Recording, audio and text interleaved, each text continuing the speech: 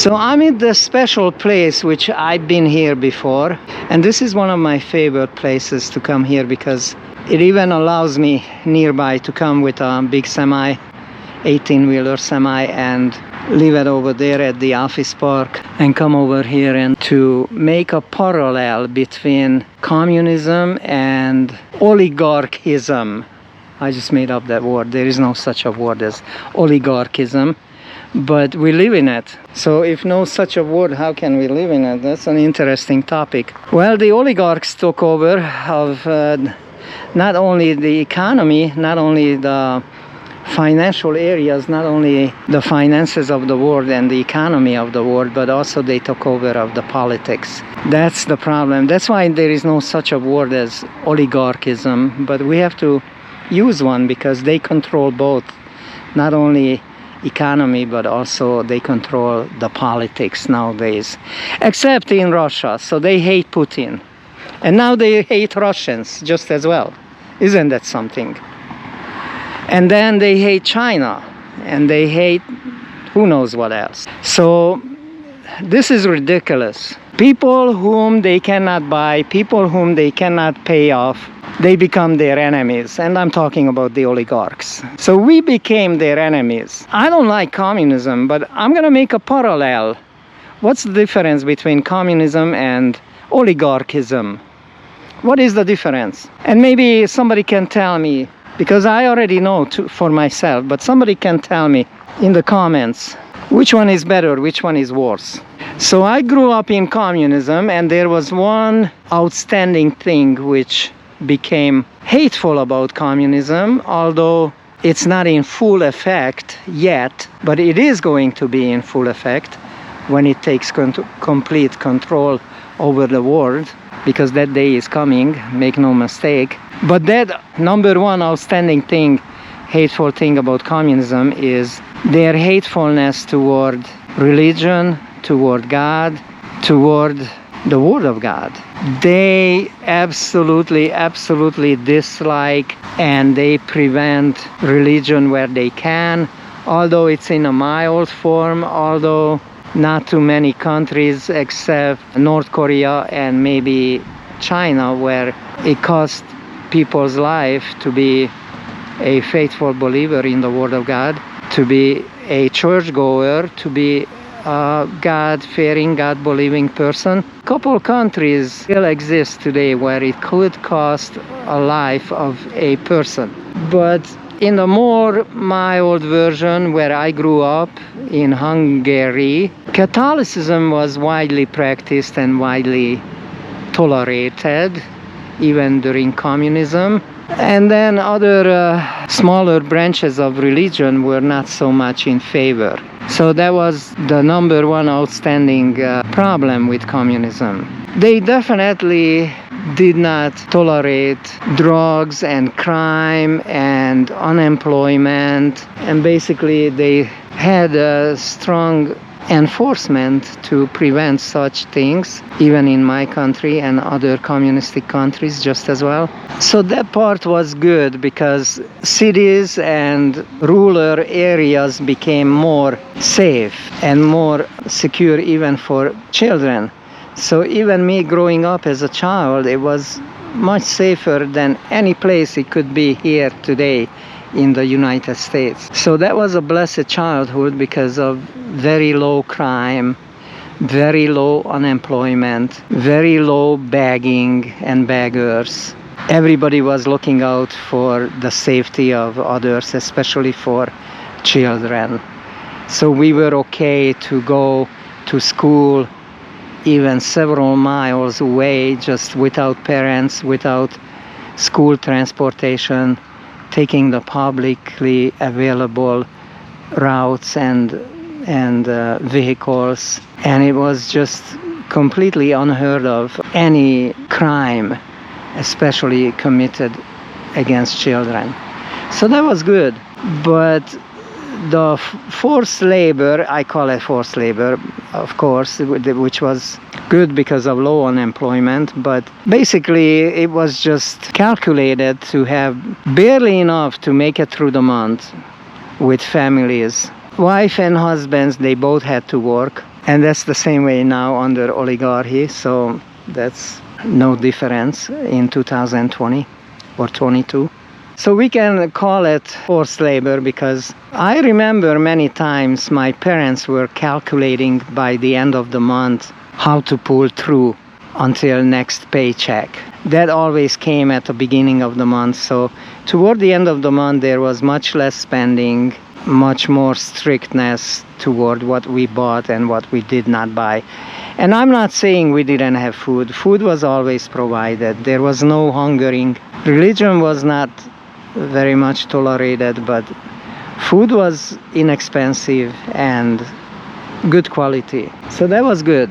Another bad effect of communism was, which was again very dislikable, that only those people who were close to the fire were able to advance, meaning that parents had to be well embedded with the party, and that is the Communist Party, make no mistake, or some friend had to be very helpful who was embedded, or relatives, somebody had to be embedded with the Communist Party. Even in Hungary, and this is not China, this is not Russia, I'm talking about Hungary, where the form of communism was more mild. So that was again a hateful thing, that only those who were close to the fire were able to advance, were able to make it to the top. And they would not allow free-thinking freelancers to make waves or unnecessary changes. Okay, so these were the main elements of communism, and of course there were many other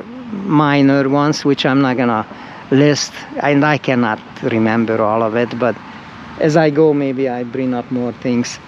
But now here, 2022, August 13, and I'm in Irving, Texas, just outside of Dallas, north of Dallas, at this beautiful Christian museum. I'm making this segment just to compare oligarchism with communism, all these isms.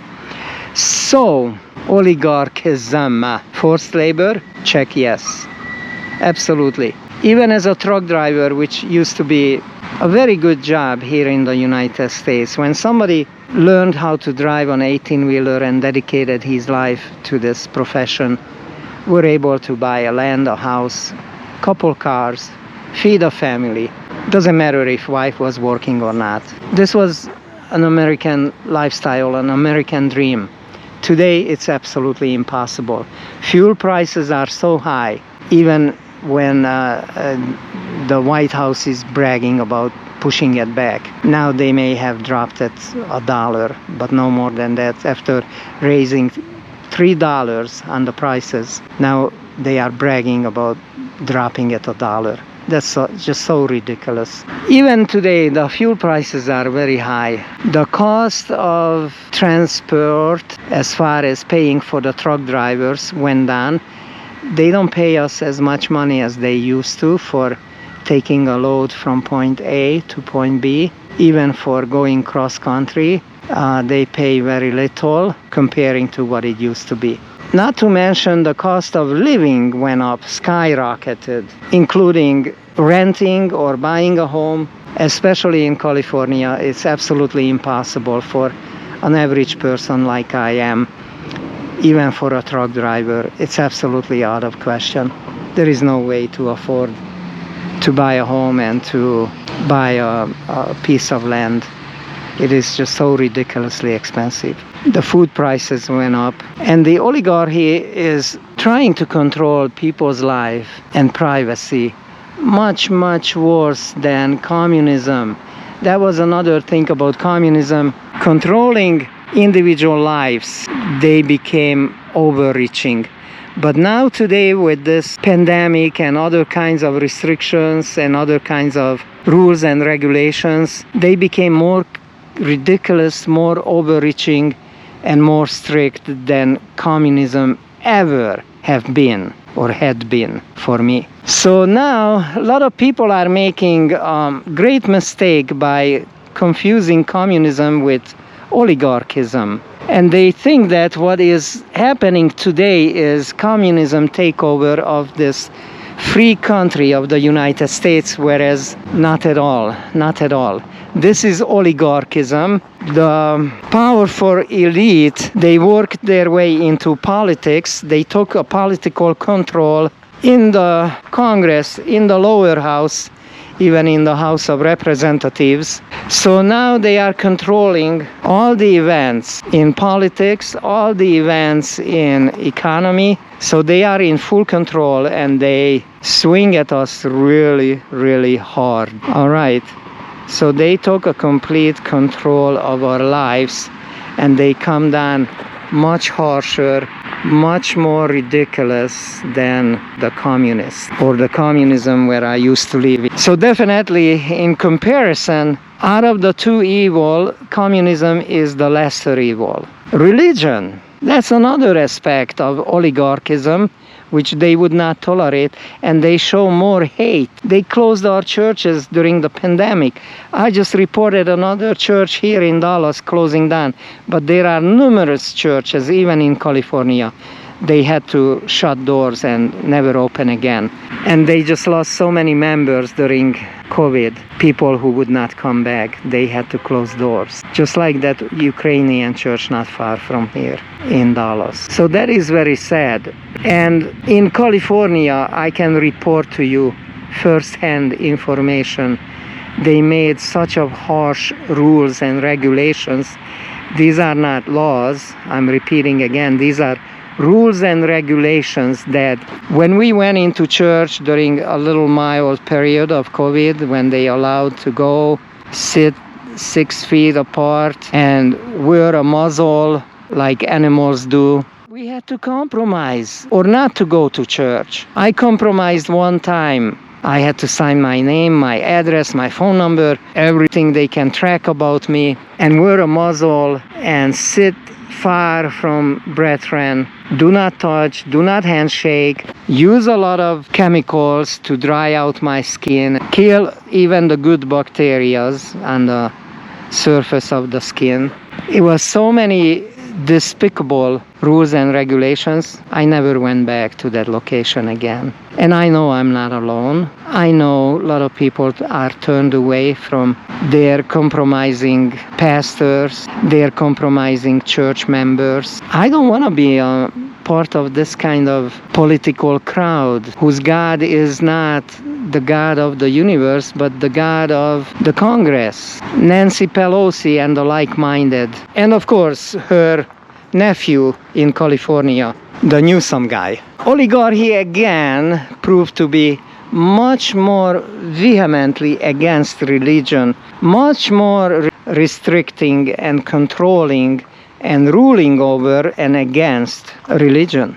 And yes, there were cases when a pastor of the church, not the Laodicean church, but other church, took, even in California, these shutdown rules and regulations to the Supreme Court of California, and they won. And the Supreme Court ruled that it was unconstitutional to close the church doors.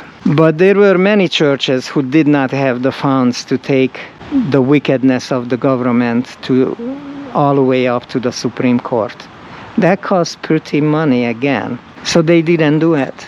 And they had to close doors. And when we went to church during that mild period, besides the regulations, they completely prohibited us from singing church hymnals, which every church hymnal is a sacred prayer to God. It's a sacred hymnals. We could not sing. In the state of California, it was prohibited to sing in church, and we could not, because once the ministers comply, they influence the congregation, and the congregation is built up, unfortunately, it doesn't matter which congregation, which denomination we look, but it is built up mostly from the tares prior to the harvest, mostly from the wicked. So it is really easy for a wicked minister to influence primarily wicked congregation. No sweat there. So again, communism, even when it comes to religion, against the ruling of the oligarchy. Oligarchism is much more hateful, even when it comes to religion. So I am in 3 different issues definitely showing that how oligarchism in 3 major issues, including work related issue, religious aspect, and control over the individual. And here comes another important. This beautiful old pecan tree is not gonna make it. Again, too much concrete, too much enclosement. Although they cut it back, some huge branches. Wow, this should be a protected tree right here. Over 100 years old pecan tree. See where there is more soil, the tree is still alive. Where there is less soil and more concrete and less moist in the ground, the tree is dying. Okay, back to the oligarchism. I have listed 3 major elements of oligarchism when put paralleled, when compared to communism. Oligarchism is superseding communism.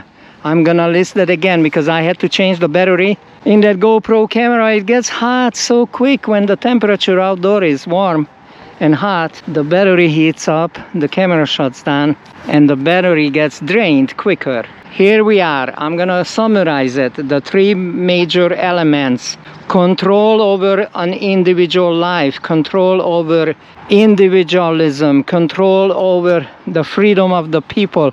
Oligarchism wins. Number 1, there is no more forceful thing in the world in 2022 than oligarchism when it comes to personal freedom and freedom of life. Second, religion. Oligarchism is more hateful toward religion. When I was growing up in Hungary during my youth, church going was controlled and not much tolerated, but a form of Catholicism and a form of Protestantism was still widely practiced, even in communism. Some smaller branches like Laodiceanism was not so much tolerated. So that's another element. Oligarchism wins and supersedes communism when it comes to religion. And the third one was working for peanuts. Oligarchism supersedes communism. Think about Carl Schwab, who says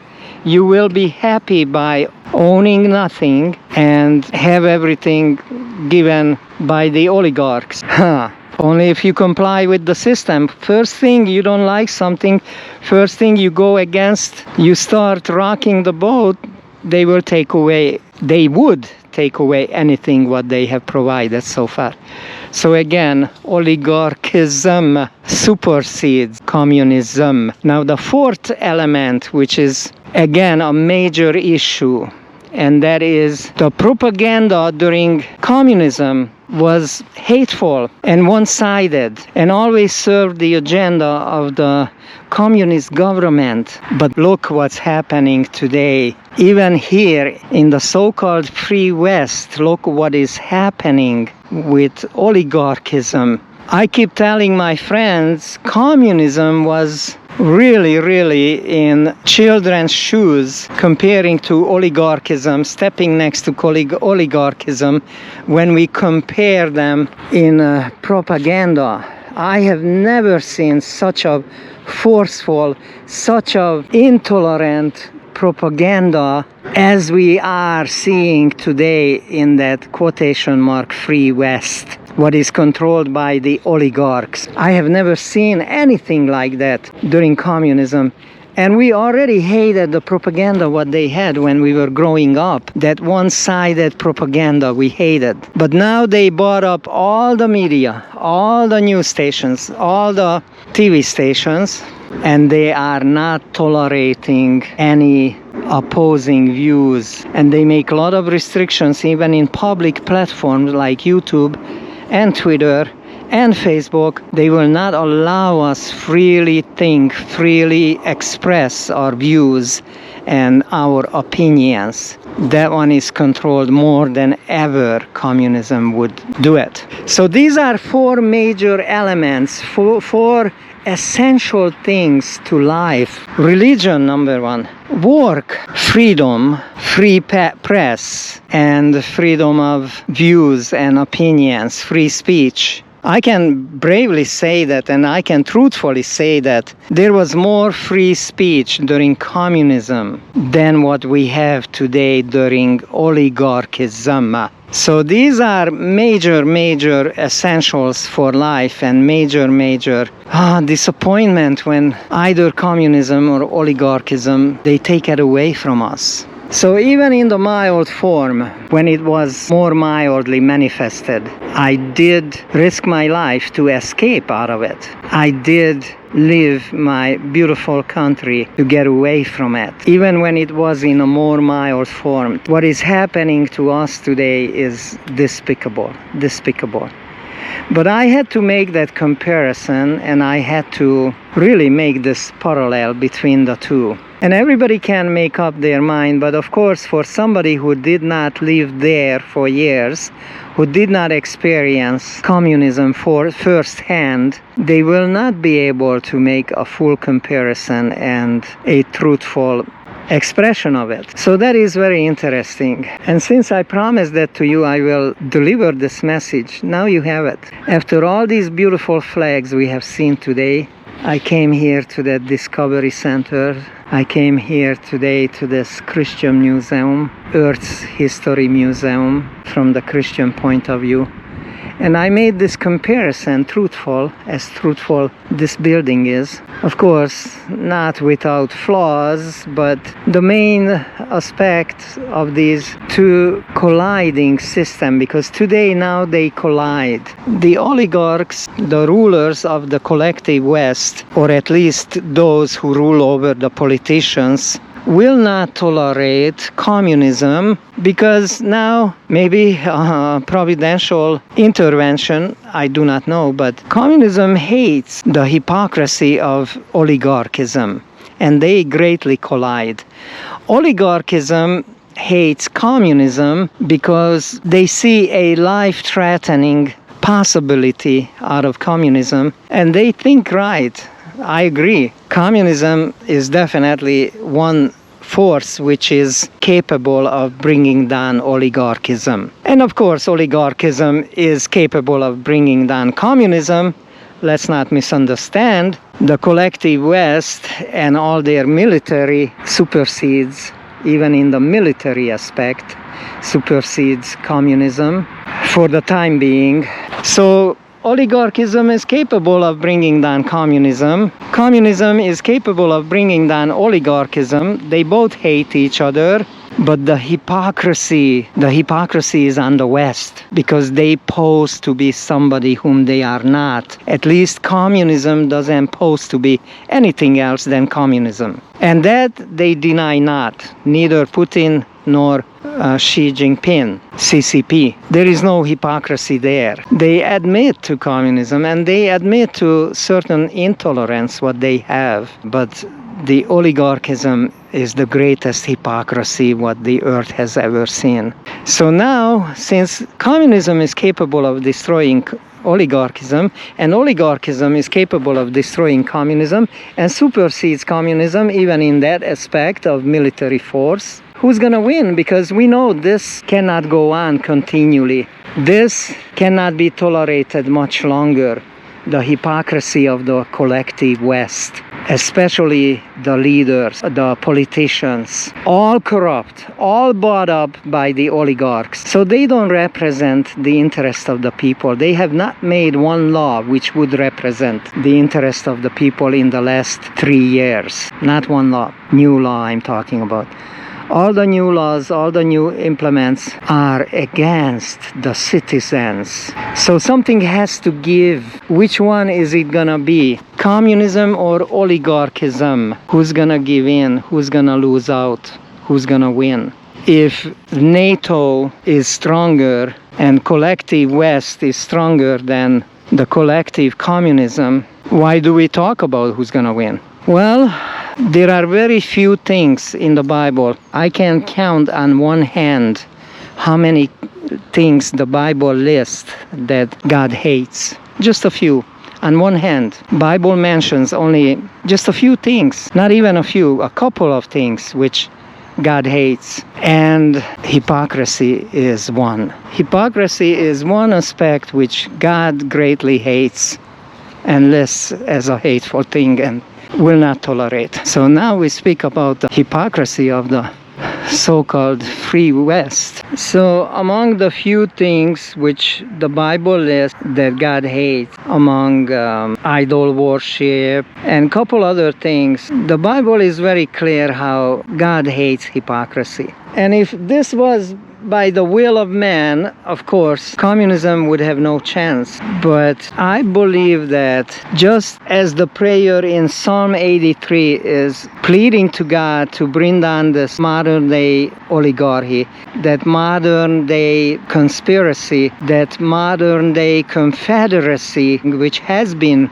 prevailing for the last couple of years against Christians and against the Constitution of the US and against the freedom of individuals and against the free press and against our own economy and against a couple more other things which does not come to my mind at the present. God is going to intervene. God is not going to let this hypocritical politicians, hypocritical oligarchs get away with it.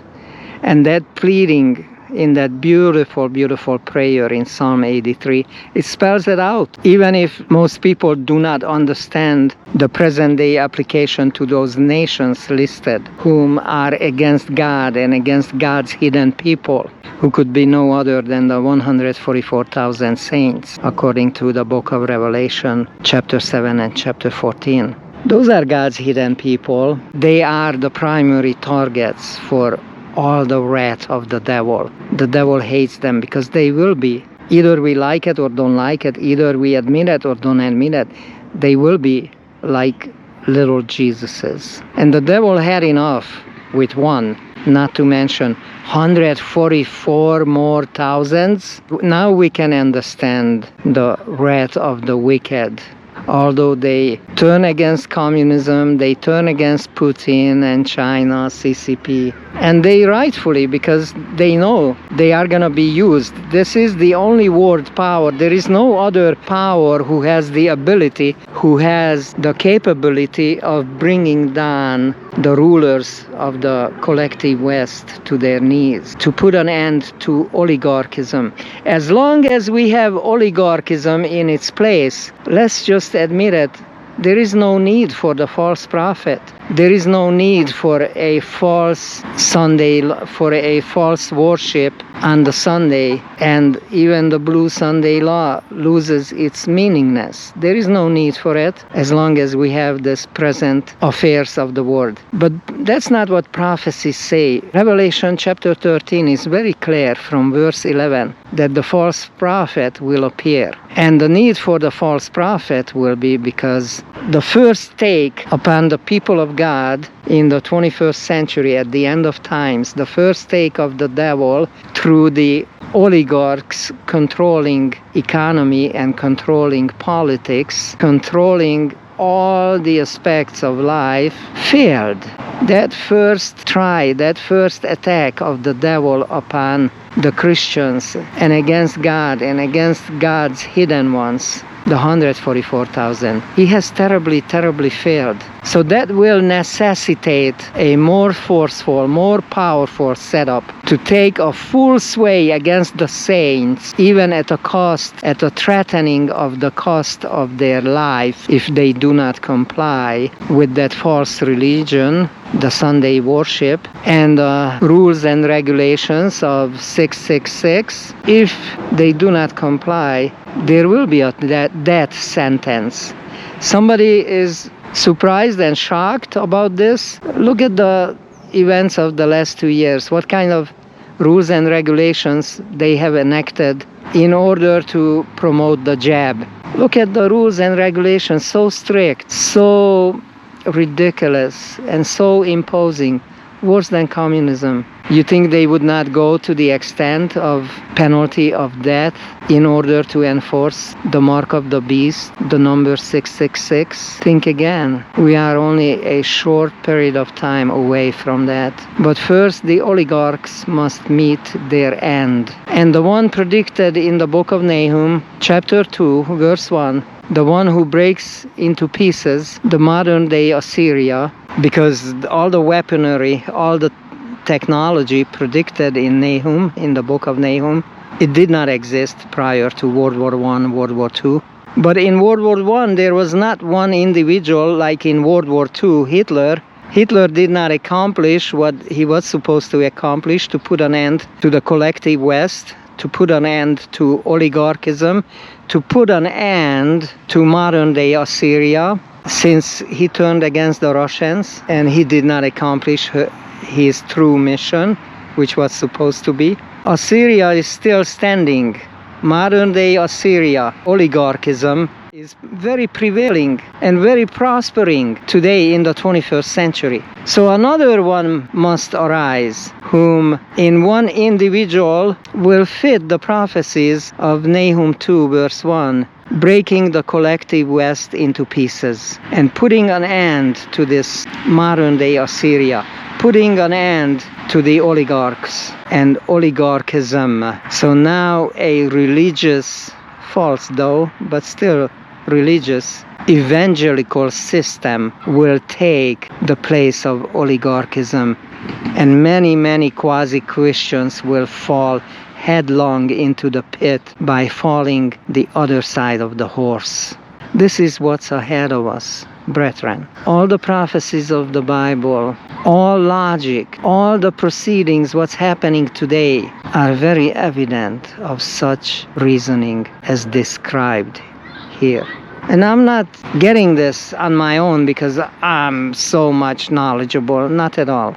Not at all. It's all based on biblical events, biblical prophecies, all based on the promises of God, and all based on the progress, how this world is evolving into something much more sinister than ever before under the leadership of the oligarchs.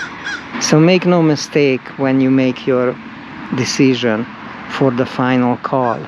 Are you going to be in the camp of the champions, or are you going to make your stand with the oligarchs? This is a big question we all have to face and decide very soon to make it evident whose side are we on. Brethren, these are the main issues comparing communism with oligarchism, and I'm going to close this recording now. The event is almost full now. It's almost in progress. A lot of people here are ready. There is still about 30 more minutes before they start. So this is a good time for me to finish and to stop here, and pretty much all I can do, all I can say for this Sabbath, the true Sabbath, the seventh-day Sabbath, the seventh day of the Lord, which is not Sunday. Think about that.